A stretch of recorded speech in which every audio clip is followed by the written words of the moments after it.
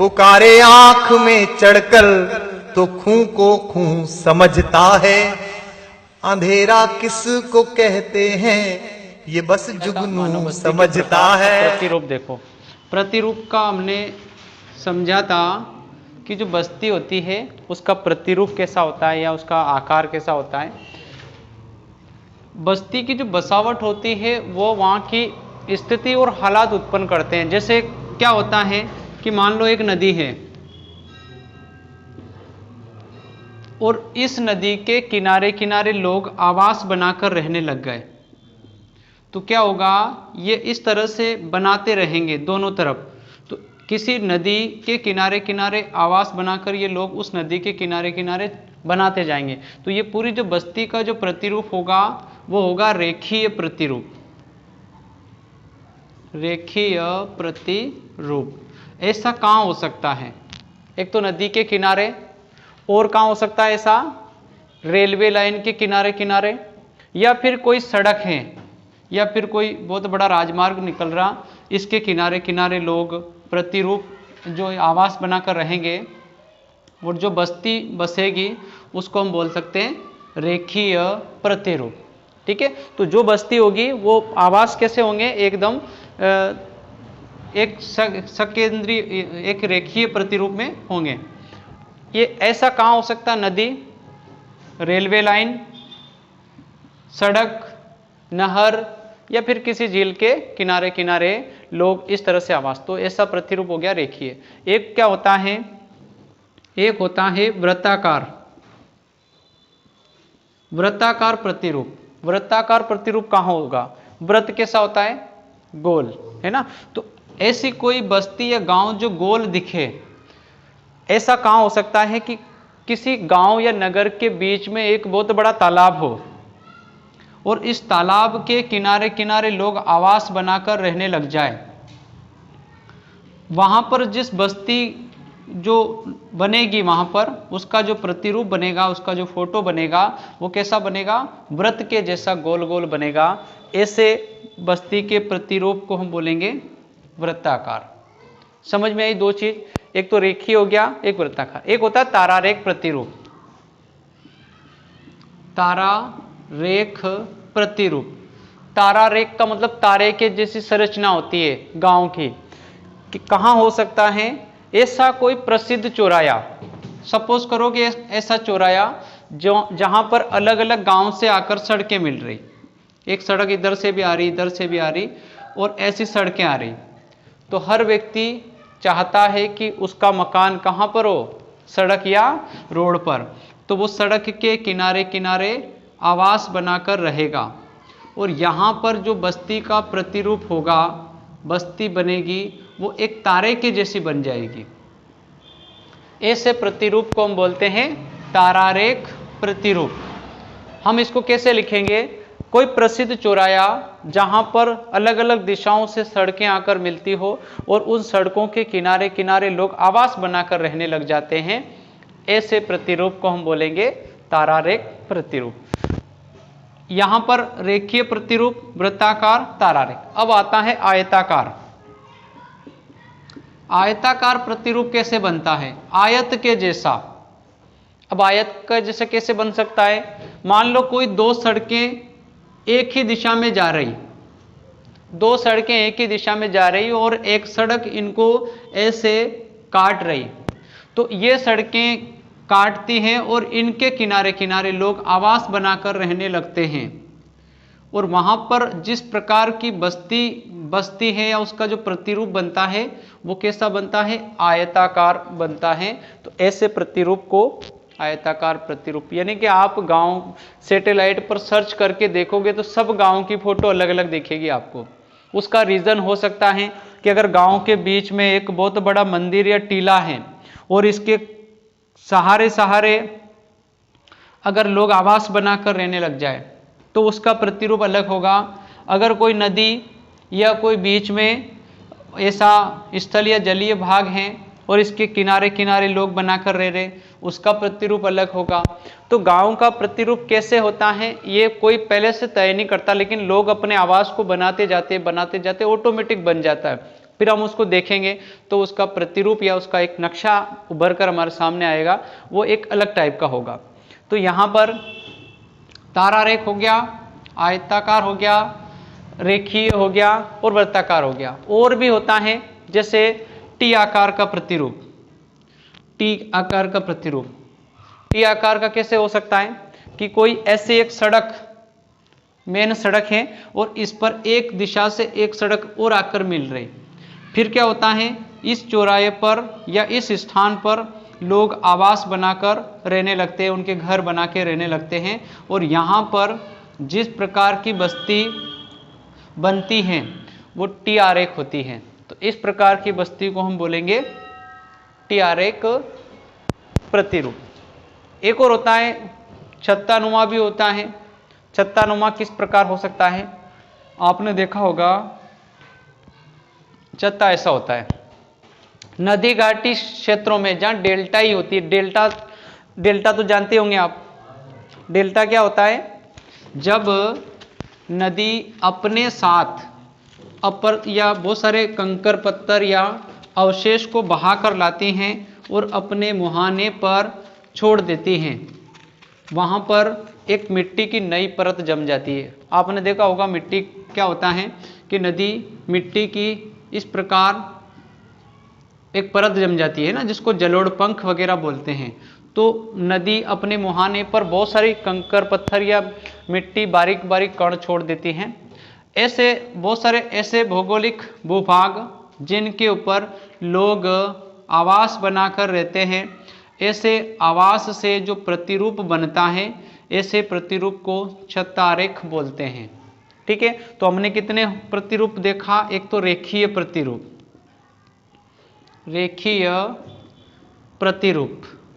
बताओ रेखीय प्रतिरूप कहाँ बनता है, या तो किसी नदी के किनारे, रेलवे लाइन के सहारे सहारे, किसी सड़क के सहारे सहारे, या फिर किसी नहर के सहारे सहारे जो बस्ती का विकास होता है उसे हम बोलेंगे रेखीय प्रतिरूप। एक और क्या हो सकता है, वृत्ताकार।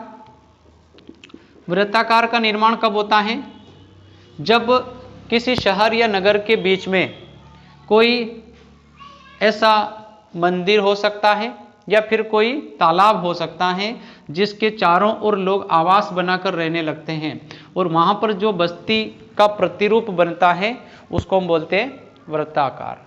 एक और क्या हो गया, आयताकार है ना। आयताकार में क्या होता है, आयताकार में क्या होता है कि जब दो सड़कें एक ही दिशा में जा रही हो और उनको कोई एक सड़क आपस में काटते हैं और इन सड़कों के सहारे सहारे लोग आवास बनाकर रहने लगते हैं, और उससे जिस बस्ती का या जो प्रतिरूप उभर कर आता है, ऐसे प्रतिरूप को हम बोलते हैं आयताकार प्रतिरूप। अगला क्या हो गया, तारारेख प्रतिरूप। तारारेख में क्या होता है, कोई ऐसा एक प्रसिद्ध चौराहा जिसमें अलग अलग दिशाओं से आकर सड़कें मिलती हो और इन सड़कों के सहारे सहारे लोग आवास बनाकर रहने लगते हो, ऐसे जो बस्ती बनेगी उसको हम बोलेंगे तारारेख प्रतिरूप। अगला क्या हो गया, टी आरेख या फिर टी आकार का प्रतिरूप। तो टी आकार का प्रतिरूप कहाँ बनता है, जब कोई एक मुख्य सड़क होती है और मुख्य सड़क के किसी एक दिशा से कोई आकर सड़क मिल जाती है और फिर उस सड़क के सहारे सहारे लोग आवास बनाकर रहने लगते हैं, और उससे जिस प्रकार की बस्ती का निर्माण होता है, ऐसी बस्ती को हम बोलते हैं टी आरेख प्रतिरूप। ऐसा वाई आरेख भी हो सकता है। वाई आरेख में क्या होता है, एक मुख्य सड़क और इस मुख्य सड़क पर किसी दूसरी दिशा से आकर एक सड़क मिलती है और उसके सहारे सहारे लोग आवास बनाकर रहने लगते हैं, ऐसे प्रतिरूप को वाई आरेख प्रतिरूप भी बोलते हैं। और कोई प्रतिरूप है क्या, आपने इसमें देखो तो, त्रिभुजाकार प्रतिरूप और है अभी तो। त्रिभुजाकार क्या होता है, कोई स्थलीय या भूमिगत भूभाग जो त्रिभुजाकार होता है। जैसे मान लो अगर मैं भारत की बात करता हूं और भारत का ये वाला क्षेत्र,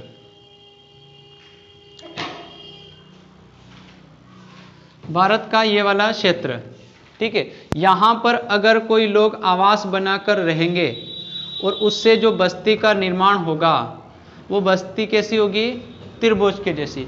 तो ऐसा कोई जलीय वाला भाग जो तीन ओर से जल से घिरा हो और ऐसा भूखंड जो सब ओर से पानी से घिरा हो, वहां पर लोग आवास या बस्ती बनाकर रहने लग जाते हैं और उससे जो प्रतिरूप उभर कर आता है, ऐसे प्रतिरूप को हम बोलेंगे त्रिभुजाकार प्रतिरूप। और है क्या, पंखनुमा, पंखाकार या पंखनुमा। पंखाकार में क्या होता है, ये पंखनुमा यानी कि जलोढ़ पंख की बात हो रही है यहां पर, पंखनुमा प्रतिरूप। पंखनुमा ये नदी के, वही मैंने जो पहले बताया, ऐसे नदी क्या करती हैं, जब बहकर जाती हैं और धीरे धीरे जैसे उसका बहाव कम हो जाता है तो वहां पर मिट्टी की ऐसी डिजाइन बन जाती है नदी के मुहाने पर या नदी घाटी क्षेत्रों में। तो ये क्या हुआ, ऐसे नदी ने अपक्षय कर दिया, कंकर पत्थर जमा दिए, तो इसको बोलते हैं जलोढ़ पंख, जलोढ़ पंख। ऐसे क्षेत्र या ऐसे भूमिगत क्षेत्र जहां पर लोग आवास बनाकर रहने लग जाएंगे और जिससे बस्ती का जो प्रतिरूप आएगा उसको पंखनुमा या पंखानुमा प्रतिरूप कहेंगे। और है सीढ़ीनुमा प्रतिरूप। यह अधिकतर पर्वतीय क्षेत्रों में होती है। पर्वतीय क्षेत्रों में क्या होता है, लोग पर्वतों के किसी भाग पर क्या कर रहे हैं, उन्होंने जहां पर उनको समतल लग गया वहां पर कुछ आवास बना के रहने लग गए, उससे थोड़े नीचे फिर एक और आवास बना के रहने लग गए। यानी कि ऐसा प्रतिरूप पर्वतीय भागों के या ढलानी भागों पर देखने को मिलते हैं, जहां पर लोग सीढ़ी नुमा, मतलब जो आवास जो नीचे उतरते टाइप उनका जो मकान होता है या गांव होता है वो इस तरह से सीढ़ी के आकार का होता है। तो ऐसे प्रतिरूप को बोलते हैं सीढ़ी नुमा प्रतिरूप। और है क्या, अनियमित। अनियमित तो बहुत सारा हो सकता है, जैसे मतलब लोगों ने अव्यवस्थित तरीके से मकान बना लिया। जैसे अपन ने कल पढ़ा था पल्लीकृत या एकांकी बस्ती। पल्लीकृत में क्या होता है, लोग आवास अपने जहां निवास स्थान है वहीं पर घर बना लिया, एक आवास बहुत दूर बना लिया, कहीं दूर बना दिया। तो इस प्रकार का होता है। विशेष आपसे इसी में से पूछा जाएगा या तो रेखीय प्रतिरूप या फिर तारा आरेख प्रतिरूप। इसको बहुत बार पूछा है, तारा आरेख को या रेखीय प्रतिरूप। इसमें से एक प्रश्न अलग भी आ सकता है या फिर पूरा प्रश्न आ जाएगा 4 नंबर का, बस्ती के प्रतिरूप को विस्तार से समझाइए। तो इसमें से प्रश्न क्या आना, 2 प्रश्न है आपके, या तो बस्ती के प्रकार बताओ। अगर बस्ती के प्रकार नहीं आया तो अथवा में फिर यह आएगा बस्ती के प्रतिरूप का वर्णन कीजिए। तो 4 प्रतिरूप का हमें वर्णन करना पड़ेगा। यूं भी हो सकता है, और अगर ये नहीं भी आया, सपोज करो कि आया ही नहीं प्रतिरूप 4 नंबर में, तो एक इसमें से श्योर है कि एक तो आएगा। वो कौन सा आएगा, या तो आपको रेखीय पूछ सकता है, वृत्ताकार पूछ सकता है, तारारेख पूछ सकता है, टी आरेख पूछ सकता है। हमें इनको सबका पता होना चाहिए कि बस्ती का विकास कैसे, बस्ती कैसे फैलती है। बस्ती मैंने आपको बताया जिधर उनको लोगों को जगह मिल जाए रहने के लिए। यानी कि मान लो एक ऐसा गांव है और ये यहाँ बसा हुआ है, एक तरफ नदी है और इधर जमीन पड़ी है, ठीक है, इधर भी लोगों के पास ज्यादा जमीन नहीं है, इधर भी कुछ ऐसा जलीय स्रोत है सपोज करो। तो ये बस्ती इधर और इधर तो नहीं बढ़ सकती, लोग घर पानी के अंदर तो नहीं बना सकते, इधर भी नहीं बना सकते। अब कहां बनाएंगे, हो सकता है अगर इधर जमीन होगा तो इधर बनाएंगे या फिर इस साइड बढ़ाएंगे, तो लोग मकान बनाते बनाते इधर जाएंगे। तो इस प्रकार अब ये जैसा भी बनाते बनाते जाए, और अगर इस गांव का अपन फोटो खींचें तो वो कैसा आएगा, हो सकता है वो किस लोकेशन में आए। तो ये सब लोकेशन है। रेखीय ऐसा गांव जो पूरा एक तरफ लंबा का लंबा होता है, तो लंबा कब हो सकता है, जब किसी नदी के किनारे किनारे बना दो, या फिर रेलवे लाइन के किनारे किनारे हो सकता है, या फिर सड़क के किनारे किनारे लोग मकान बनाते जाते हैं, सड़क के सहारे सहारे बनाएंगे। मान लो कि एक बहुत बढ़िया हाईवे बना हुआ है, ये हाईवे बना हुआ है और यहाँ पर कुछ लोग घर बना के रह रहे हैं। अब इनका परिवार बड़ा या फिर इनके पास और लोग आकर रहेंगे, तो ये मकान इस पीछे की साइड बनाने से बेटर समझेंगे इस रोड पर बनाना, या कहीं से भी यहाँ प्लाट खरीद कर या जमीन खरीद कर इधर बनाएंगे, न कि उधर दूर बनाएंगे। यहाँ और लोग आएंगे तो ये इधर ही रोड पे ही बनाएंगे, ठीक है। कुछ लोग इधर आके बनाने लग जाएंगे, तो इनका जो गांव बसेगा वो पूरा रोड के सहारे सहारे बसता जाएगा, यानी कि ये गांव यूं फैलने की बजाय इस साइड में फैलेगा। जाहिर सी बात है। तो ये जो बस्ती बनेगी वो कैसी हो जाएगी, एकदम रेखीय बस्ती। ऐसी बस्ती को हम बोलेंगे रेखीय बस्ती। अगर बीच में तालाब है तो तालाब है तो ऐसा थोड़ी है कि तालाब के इसी साइड में लोग बसते जाएंगे। अगर यहाँ पर खाली जगह पड़ी है तो लोग क्या करेंगे, तालाब के सहारे सहारे चारों ओर लोग आवास बना के रहेंगे, तो ये लोगों का आवास धीरे धीरे धीरे धीरे ऐसे गोल गोल हो जाएगा, पूरा गांव ऐसा गोल गोल दिखेगा। तो ऐसा बस जो प्रतिरूप होगा उसको हम वृत्ताकार बोल सकते हैं, ठीक है। उसी प्रकार होता है आयताकार।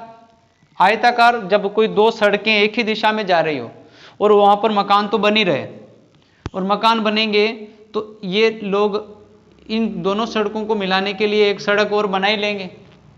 और जब ये सड़कें, दो सड़कें एक ही दिशा में जा रही और एक सड़क इधर से काट रही और यहाँ पर लोग आवास बना के रह रहे, और जो बस्ती का प्रतिरूप बनेगा वो कैसा बनेगा, आयताकार। तारा आरेख, एक कोई प्रसिद्ध चौराया, सभी दिशाओं से आकर सड़कें मिल रही और उन सड़कों के किनारे किनारे लोगों ने आवास बनाकर रहना शुरू कर दिया।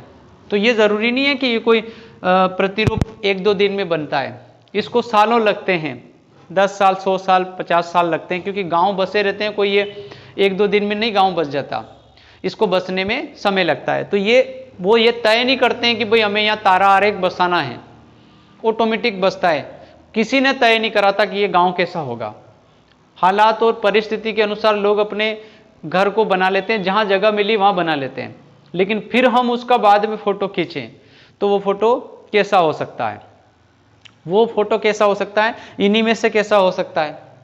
अगर नदी के किनारे विकसित हुआ होगा तो ऐसा होगा, अगर कोई चौराया है और उसमें अलग अलग दिशाओं से सड़कें आकर मिली तो वो ऑटोमेटिक उन सड़कों के किनारे लोग मकान बना लेंगे, तो वो जो बस्ती होगी वो तारा रेख जैसी हो सकती है। अगर कोई मुख्य सड़क है और उसमें से किसी एक दिशा से आकर एक और सड़क मिल गई तो वहां पर इस सड़क पर भी मकान बना लेंगे लोग, इधर भी बनाएंगे इधर भी बनाएंगे, और जब यहाँ पर जो गांव होगा वो ऐसा दिखेगा टी जैसा, इसलिए इसको हम टी आरेख कह सकते हैं।